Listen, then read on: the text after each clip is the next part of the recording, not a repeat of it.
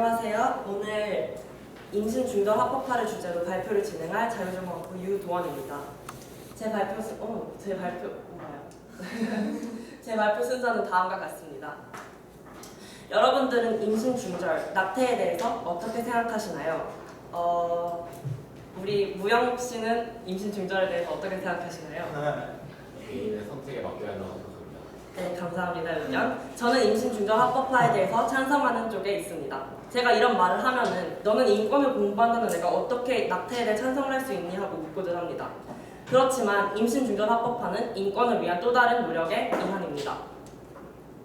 제 주변 사례에서는 임신 중절을 위해 불법 수술을 받은 경험을 한 사람이 있습니다. 그 친구는 당시 미성년자였는데요.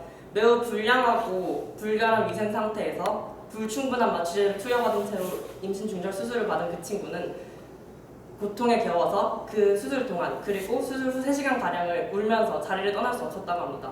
그를 지켜봤던 보호자의 가슴 또한 매우 찢어졌다고 합니다.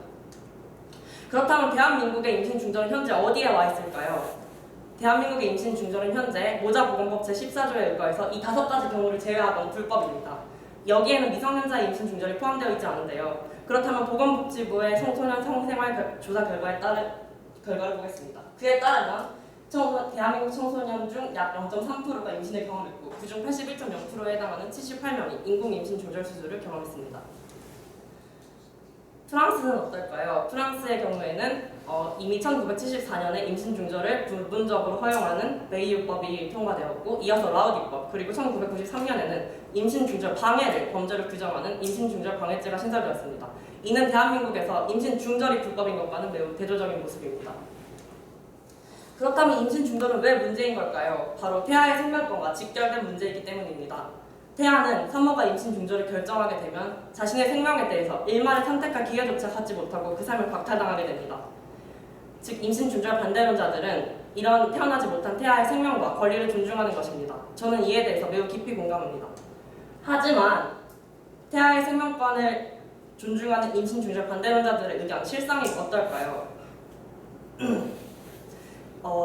임신 중절이 불법인 상황에서 임신 중절을 꼭 해야 하는 상황에 처한다면 사람들은 어떻게 할까요? 3가지 선택지가 있습니다. 하나는 그냥 애를 낳거나, 2번째 애를 버리거나, 3번째 불법적으로 낙태를 하거나.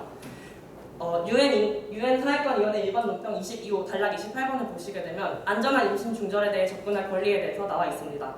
이는 임신 중절이 불법이고 범죄인 상황에서 임신 중절을 불법적으로 추구하던 여성들이 건강을 잃거나 생명을 잃거나 하는 상황이 너무 많게 되어 채택된 것입니다. 저희가 기존에 생각했던 태아의 생명권에 대한 인식의 상황에서 태아와 산모 모두의 생명이 위협받는 상황으로 인식이 전환된 것입니다. 과연 이 상황이 합리적이라고 보십니까? 그렇다면 불법적인 수술이 문제라면 선택지는 2가지로 제시할 수 있을 것입니다. 한 가지는 그 수술을 하는 의사에 대한 자격 정지, 즉 처벌 강화를 해서 공급을 억제하는 방법. 2번째는 합법적으로 수술을 받게 하여 안전하게 수술을 받게 하는 방법. 대한민국은 전자를 선택했습니다. 그 결과 임신 중절을 불법적으로 수술한 의사에 대한 자격 정지를 기존 1개월에서 최대 12개월까지 확대 강화하였습니다. 이에 대한 비판이 거셌는데요. 대한산부인과 의사회는 다음과 같은 3가지 이유를 들어서 비판했었습니다. 제 생각은 이렇습니다. 입법자들은 임신한 사람들에게 출산을 강요하는 입법을 하기만 하면 그만이지만 그로 인해 태어난 아이와 그 아이의 인생을 책임져야 할 엄마의 인생에 대한 고려는 추호도 하지 않았다는 것입니다. 이는 여성의 자기 결정권에 대한 심각한 침해이며 그에 의존하고 있는 태아의 건강권에 대한 침해이기도 합니다.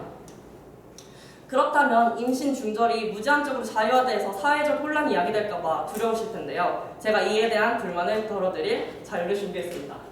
바로 길다 세지의 2016년 렌세지에 실린 논문인데요. 이에 따르면 전 세계적으로 낙태율은 감소하는 추세에 있다고 합니다. 특히 임신 중절이 합법화된 선진국의 경우 그 감소 추세가 더 두드러집니다. 또한 임신 중절이 합법화된 나라의 경우 전체 가임기 여성 1000명 중 34건, 반면에 임신 중절이 불법이거나 산모의 생명이 위험할 경우라면 임신 중절이 허용된 경우 전체 1000명 중 37건을 라는 미미한 차이를 보이고 있습니다. 이는 임신 중절의 결정이 임신 중절 제도의 합법화 혹은 법제화에 영향을 받지 않는다는 것을 보여주고 있습니다. 결론 짓기에 앞서 저는 여러분에게 피임의 중요성을 강조드리고 싶습니다. 저희 이제 자유로운 성생활 문화를 누릴 수 있게 된 만큼 자신의 결정과 선택에 대한 충분한 존중과 고려가 있는 피임 실천해 주시길 바랍니다. 네. 네, 진짜 결론입니다. 제가 궁극적으로 하고 싶은 말은 말은 임신 중전 합법화는 태아의 생명권을 침해하려는 것이 아닌 산모의 생명권과 여성의 자기 결정권을 보호하려는 노력이란 것입니다. 저는 생명을 경시하는 사이코패스가 아닙니다. 지난 수업에 들었듯이 진실의 이면에는 또 다른 진실이 있지 거짓이나 악이 있지 않습니다. 들어주셔서 감사합니다.